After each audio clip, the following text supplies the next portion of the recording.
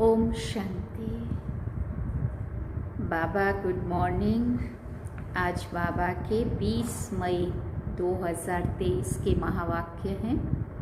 बाबा ने सार में कहा, मीठे बच्चे, ये ज्ञान बड़े मज़े का है। तुम हर एक अपने लिए कमाई करते हो, तुम्हें और किसी का भी ख्याल नहीं करना है। अपनी इस देह को भी भूल कमाई में लग जाना है। बाबा ने प्रश्न पूछा, अविनाशी कमाई करने की विधि क्या है? इस कमाई से वंचित कौन रह जाता है? तो बाबा ने उत्तर में कहा, ये अविनाशी कमाई करने के लिए रात को व अमृत वेले जागकर बाप को याद करते रहो, विचार सागर मंथन करो। कमाई में कभी उबासी या नींद नहीं आती है। तुम चलते फिरते भी बाप की याद में रहो तो हर सेकंड कमाई है। तुम्हें इंडिपेंडेंट अपने लिए कमाई करनी है। जो उस विनाशी कमाई के लोभ में ज़्यादा जाते, वो इस कमाई से वंचित हो जाते हैं। गीत में सुना, जाग सजनिया जाग। ओम शांति। बच्चों ने गीत सुना, बुद्धि में बैठा। साजन कहो या बाप कहो, उनको पतियों का पति क्यों कहा जाता है? अंग्रेजी में ब्राइड्स भी कहते हैं। साजन को ब्राइड ग्रूम कहते हैं। वो है निराकारी साजन। यहाँ साकारी साजन की कोई बात नहीं है। निराकारी साजन को भी सजनी ज़रूर चाहिए। निराकारी साजन शिव बाबा को भी सजनी ज़रूर चाहिए, नहीं तो निराकार साजन भी सजनी बिगर रचना कैसे रचे? अगर वो ब्रह्मा बाबा के तन में नहीं आते तो हम बच्चों को कैसे अपना बनाते? इसलिए उन लोगों को भी बाबा कहते, मुझे भी तो शरीर तन चाहिए ना, सजनी चाहिए। बच्चे जानते हैं वो निराकार किस सजनी द्वारा रचना रचते हैं। वो परमपिता परमात्मा इसमें प्रवेश कर सभी को जगा रहे हैं। जाग सजनिया जाग, सुना ना? बरोबर नवयुग अर्थात सतयुग सचखंड में जाने के लिए हम यहाँ आए हैं। पुराना युग कहा जाता है कलयुग को। तो तुम बच्चों को अनुभव हो रहा है, हम यहाँ आए हैं ज्ञान सागर के पास रिफ्रेश होने के लिए, सन्मुख धारणा के लिए। बच्चों को सन्मुख जितना मज़ा आता है उतना सेंटर्स पर नहीं आता है। तुम बच्चे सन्मुख हो और सेंटर्स वाले दूर हैं। ये बच्चों को समझाया है कि हर एक आत्मा रथी है और परमपिता परमात्मा इस तन में रथी है। उनको कहा जाता है परमपिता परम आत्मा। है तो आत्मा ही है ना, वो सदैव परे ते परे रहने वाला है। भगवान को जब याद करते हैं तो नज़र ज़रूर ऊपर ही जाएगी। ओ परमपिता परमात्मा रहम करो।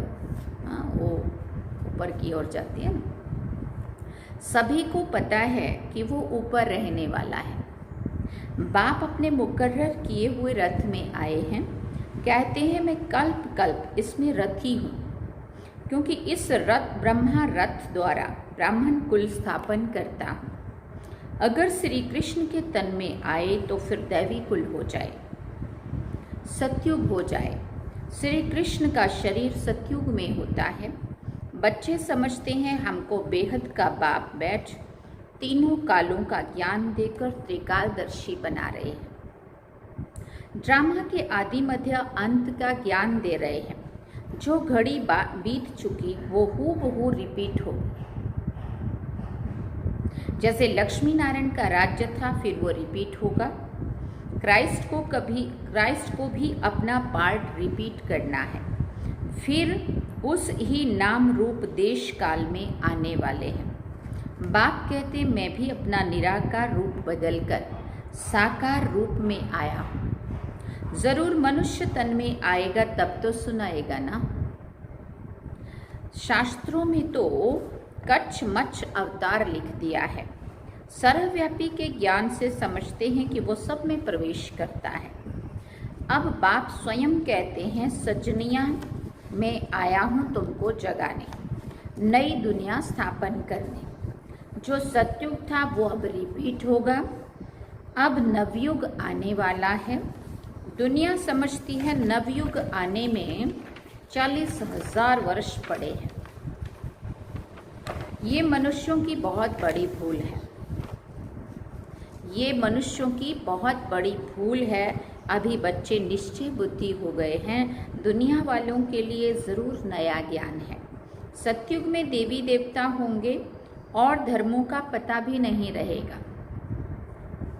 अभी और सब पुराने धर्म हैं, नया देवी देवता धर्म गुम हो गया है। फिर अब उस नए धर्म की स्थापना होती है। देवताओं के कुछ न कुछ चित्र हैं। समझते हैं सतयुग में बरोबर राज्य करते थे।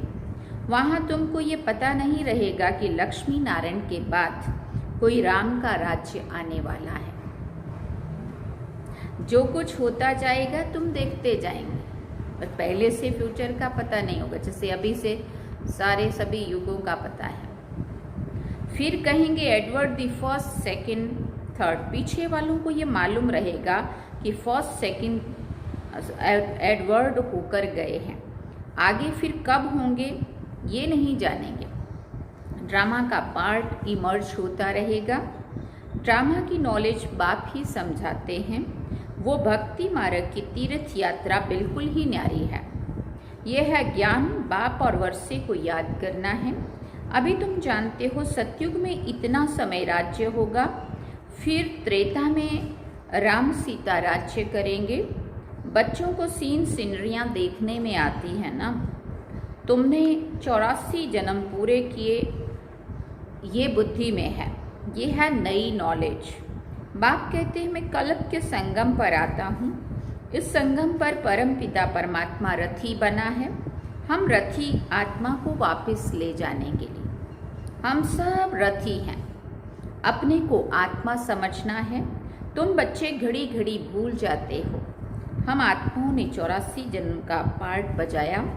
अब बाबा आया है, हमको सारा राज समझाते हैं। पतित से आप समान पावन बनाते हैं। ये बेहद का एक ही बाप है जो बच्चों को आप समान बनाते हैं। लौकिक बाप कभी बच्चों को आप समान नहीं बनाते हैं। एक ही बाप के बच्चे कोई कारपेंटर होंगे तो कोई सर्जन, कोई इंजीनियर भी होंगे। यहाँ ऐसे नहीं है। यहाँ तुम सभी मनुष्य से देवता बनते हो। तुम बैरिस्टर, सर्जन आदि नहीं बनते हो। इस पढ़ाई से तुम बैरिस्टर, सर्जन आदि नहीं बनते हो। सभी के सभी देवता बनते, परंतु नंबरवार। तुम जानते हो परम पिता परमात्मा हमको पढ़ाते हैं, जिससे हम पढ़कर सो देवता बनते हैं। ऐसा स्कूल कहाँ भी नहीं देखा होगा जो सब कहें हम सो देवता पद पाने के लिए पढ़ रहे हैं। दिन प्रतिदिन वृद्धि होती रहती है, फिर मकान भी वृद्धि को पाते जाएंगे। बच्चों का प्रभाव निकलेगा तो बहुत बुलाएंगे। यहाँ आकर हमको मनुष्य से देवता बनाने का राजयोग सिखाओ। बहुत वृद्धि होती जाएगी। बाप फिर भी बच्चों को कहते हैं रात को अथवा अमृत वेले जागो, इसमें बहुत कमाई है। मनुष्य जो बहुत कमाई करने के शौकीन होते हैं, उनको रात को भी ग्राहक मिल जाते हैं तो जागते हैं। मनुष्य को संपत्ति 24 घंटे मिल जाए तो अपनी नींद भी फिटा देते हैं। फिर उनको थकावट भी नहीं होती है, नींद भी नहीं होती है और भूख भी नहीं होती है। सब कुछ खत्म हो जाता है और खुशी होती है ऊपर से, है ना, क्योंकि प्राप्ति हो रही होती है ना। कमाई में फिर नींद नहीं आती है। कमाई नहीं होती तो फिर उबासी नींद आ जाती है। कमाई में बहुत खुशी होती है। पैसे बढ़ाने का ही मनुष्य प्रयत्न करते हैं कि हम सुखी रहें। बाकी पेट तो एक पाव रोटी ही मांगता है। तुम बच्चों को इस दुनिया में ममत्व नहीं रखना है, ज़्यादा लोभ में नहीं जाना है। उसमें भी बुद्धि योग भागता है, फिर अविनाशी कमाई से वंचित हो जाते हैं। नहीं तो इस कमाई का बहुत ख्याल रखना है। तुम्हारी कमाई सेकंड बाय सेकंड है। फिर अगर चलते फिरते पाप को याद करो तो बहुत भारी कमाई है। और कमाइयाँ ऐसे चलते फिरते होती है क्या, पूछ रहे बाप। ये तो वंडरफुल कमाई है ना, इंडिपेंडेंट अपने लिए कमाई करते हो। लौकिक बाप को बच्चों का ख्याल रहता है, बच्चे सुखी रहें, खाते रहें। इसमें बाल बच्चों का ख्याल नहीं रहता है। अपने लिए 21 जन्मों की कमाई करें। कैसे मज़े का ज्ञान है, कैसा मज़े का ज्ञान है ना, मज़े का। हर एक बच्चे को अपने लिए कमाई करनी है। बाल बच्चे मित्र संबंधियों को भी याद नहीं करना है, अपनी देह को भी याद नहीं करना है। बाबा को भले इस देह में आना पड़ता है, परंतु है तो देही अभिमानी। इस समय देह में आते हैं, आकर तुम आत्माओं को नॉलेज देते हैं अथवा सहज कमाई का रास्ता बताते हैं। अगर तुम प्रैक्टिस करते रहो तो बहुत कमाई कर सकते हो। बाबा भी प्रैक्टिस करते हैं, बाप को याद करें तो आदत पड़ जाती है। अपने को भूल शिव बाबा याद रहता है, क्योंकि शिव बाबा की इसमें प्रवेशता है। ये बाबा समझता है मैं ब्रह्मांड का मालिक हूँ। लौकिक बाप के बच्चे को रहता है ना कि हम बाप की मिल्कियत के हकदार हैं। रहता है ना नशा, मेरे बाप की इतनी प्रॉपर्टी वो सब मेरी है, हम हकदार है ना, वारिस है। तो इस ब्रह्मा बाबा को भी ये नशा रहता है कि हम ब्रह्मांड के मालिक हैं। बाबा की प्रवेशता है ना, तो वो नशा रहता है कि हम ब्रह्मांड के मालिक हैं, प्रॉपर्टी का भी मालिक हूँ। शिव बाबा खुद तो विश्व का मालिक नहीं बनते हैं, मैं ब्रह्मांड का मालिक तो विश्व का भी मालिक बनता हूँ। बाबा सिर्फ ब्रह्मांड का मालिक है, तुम भी विश्व के मालिक बनते हो ना। राजा चाहे प्रजा समझते हैं हम विश्व के मालिक हैं, जान गए हैं हम विश्व के मालिक हैं। ये समझने से भी खुशी का पारा चढ़ा रहेगा। गाया हुआ भी है, अतीन्द्रिय सुख पूछना हो तो गोपी वल्लभ के गोप गोपियों से पूछो। ऐसे नहीं कि गोपी वल्लभ से पूछो। वल्लभ बाप को कहा जाता है। वल्लभ को तो विश्व के मालिक बने का सुख नहीं पाना है। वल्लभ मन शिव बाबा, बाप को विश्व के मालिक बने का सुख नहीं पाना है। बाप कितना ऊंचा उठाते हैं ना। ये भी कहते हैं, ये ब्रह्मा भी कहते हैं, मैं भी अपने को ब्रह्मांड का मालिक समझता हूँ। सारी दुनिया में ये कोई भी नहीं समझ सकते हैं कि मैं ब्रह्मांड का मालिक हूँ। ऐसे नहीं कि ब्रह्म में लीन हो जाएंगे। कहाँ ब्रह्म में लीन होना, कहाँ ब्रह्मांड का मालिक बनना, बहुत फर्क है। तुम जानते हो बाबा हमको विश्व का मालिक बनाते हैं। खुद बाप कहते हैं, जागो सजनिया, मैं हर एक बात तुमको नई समझाता हूँ। क्या तुम ब्रह्मांड के मालिक नहीं बने थे, पूछ रहे बाबा। फिर पार्ट बजाया, अब फिर तुम ब्रह्मांड के मालिक बनते हो, फिर तुम विश्व के मालिक बनने वाले हो। ये याद स्थायी रखनी है। इसको कहा जाता है विचार सागर मंथन। इससे तुमको खुशी का पारा बहुत चढ़ेगा। ये तो निश्चय करना है कि ये हमारा बाप है, बाप के सिवाय ऐसी बातें कोई समझा ना सके। दिल में नोट करना चाहिए। यहाँ नोट्स लेते हैं स्मृति में रखने के लिए, फिर ये काम नहीं आएंगे। बैरिस्टर के पास बहुत किताब रहते हैं, शरीर छूटा खलास, पता नहीं दूसरे जन्म में क्या बनेंगे। तुम बच्चों की तो एक ही पढ़ाई है। तुम जानते हो स्वयं ब्रह्मांड का मालिक बाप हमको ब्रह्मांड और विश्व का मालिक बनाते हैं। फिर भी खुशी का पारा क्यों नहीं चढ़ता है? जब पता इतनी ऊंची प्राप्ति और इतने ऊंचे बाप के द्वारा, फिर भी खुशी का पारा बाबा पूछते क्यों नहीं चढ़ता है? बाबा ने समझाया है ये गीत घर में अपने को रिफ्रेश करने के लिए रखने चाहिए। कोई समझते हैं ज्ञान में आने से हमको घाटा पड़ा है। घाटा फायदा तो पुरानी दुनिया में है ही, नहीं भी बने होते तो जो होना होगा हिसाब किताब वो तो फिर भी आएगा, है ना। आज कोई वजीर है, किसी ने शूट किया तो खलास, सबको घाटा पड़ता रहता है। किन्हीं की दबी रहेगी धूल में, किसी की राजा खाए डैश डैश, सबको घाटा है। सिर्फ तुम बच्चों को सदा काल के लिए फायदा है भविष्य में, सो भी 21 जन्म के लिए। बाकी सारी दुनिया है घाटे में। ये सब है रुण्य के पानी मिसल, मृग तृष्णा समान। किसी को भी मालूम नहीं है कि सब मिट्टी में मिल जाना है। सब कब्र दाखिल भस्मीभूत हुए पड़े हैं। तुम ये सब कुछ जानते हो। तुम्हारे में भी जो बहुत होशियार हैं उनको मालूम है ये दुनिया जैसे भंबोर है, सब कब्र दाखिल हो जाएंगे। यादव कौरव सब कब्र दाखिल हुए थे। बाकी पांडवों की विजय हुई थी। विश्व पर अर्थात नई दुनिया पर विजय पाई, क्योंकि तुम पांडव ईश्वर को जानते हो, उनसे प्रीत रखते हो।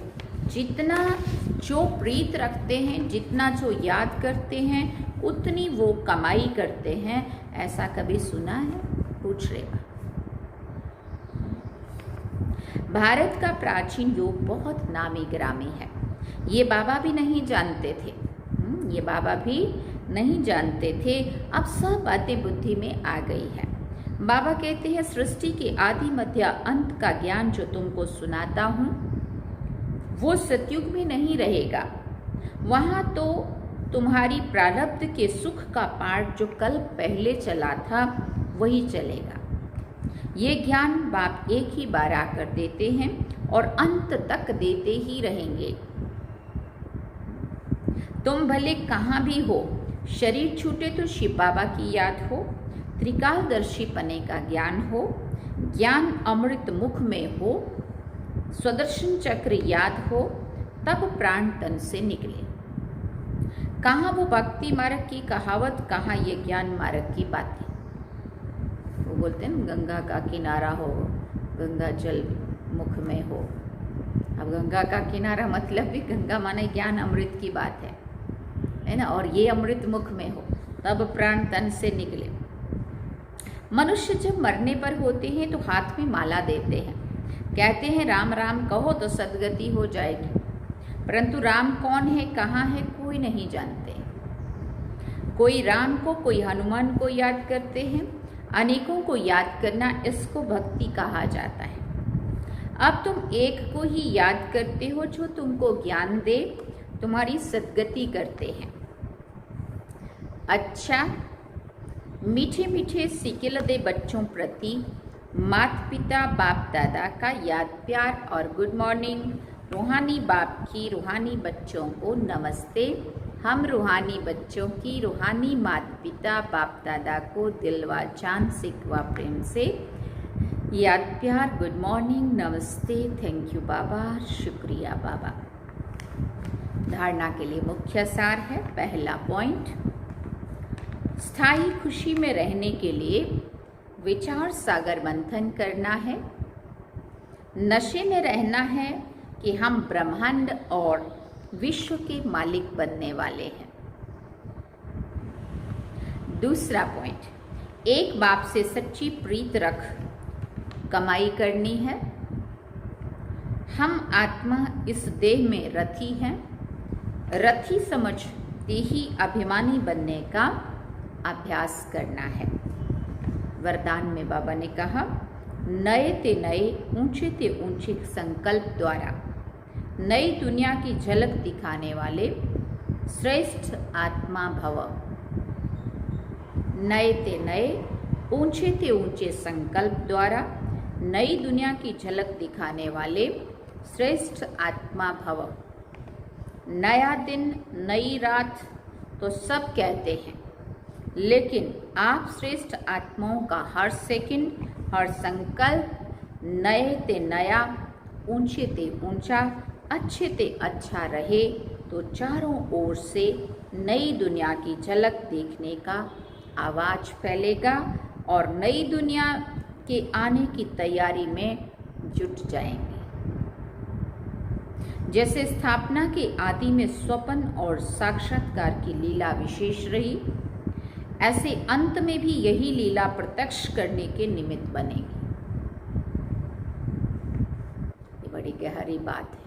शुरू के 14 साल में जो वहाँ पे किसी को सपने में दिखता था बाबा, कभी परम धाम, कभी नई दुनिया, कभी, है ना, ऐसा ही साक्षात्कार भी होते थे, कईयों को सपने में भी आता था। तो ध्यान में भी जाके दिखाता था, बाबा खींचता था। वही चीज़ बाबा कहते अंत में भी होगी। स्लोगन में बाबा ने कहा, मायाजीत बनना है तो एक बाप को ही अपना कंपेनियन बनाओ और उसी की कंपनी में रहो। मायाजीत बनना है तो एक बाप को ही अपना कंपेनियन बनाओ और उसी की कंपनी में रहो। अच्छा, ओम शांति। सार में बाबा ने कहा, मीठे बच्चे, ये ज्ञान बड़ा मज़े का है। तुम हर एक अपने लिए कमाई करते हो। तुम्हें और किसी का भी ख्याल नहीं करना है। अपनी इस देह को भी भूल कमाई में लग जाना है। और गीत सुना, जाग सजनिया जाग, नवयुग आया कि आया सजनिया जाग। ये थे आज के बाबा के महावाक्य जो हम सभी ने सुने। अब हम बाबा को याद करेंगे। ओम शांति। चलिए बाबा की